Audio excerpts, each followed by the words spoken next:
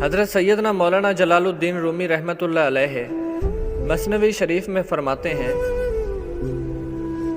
एक बार हुजूर अकरम सल्लल्लाहु अलैहि वसल्लम ने शहद की मक्खियों से दरियाफ्त फरमाया कि तू शहद कैसे बनाती है। उसने अर्ज़ की, या हबीब अल्लाह सल्लल्लाहु अलैहि वसल्लम,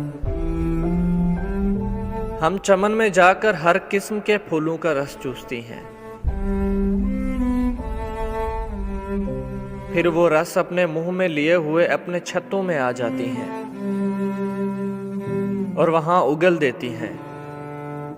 वही शहद है। इरशाद फरमाया, फूलों के रस तो फीके होते हैं और शहद मीठा। ये तो बताओ कि शहद में मिठास कहाँ से आती है।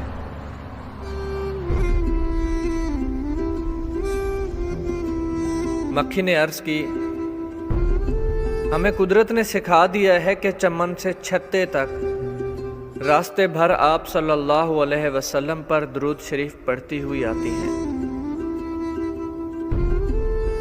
शहद की ये लज़्ज़त और मिठास दुरूद पाक सल्लल्लाहु अलैहि वसल्लम ही की बरकत से है।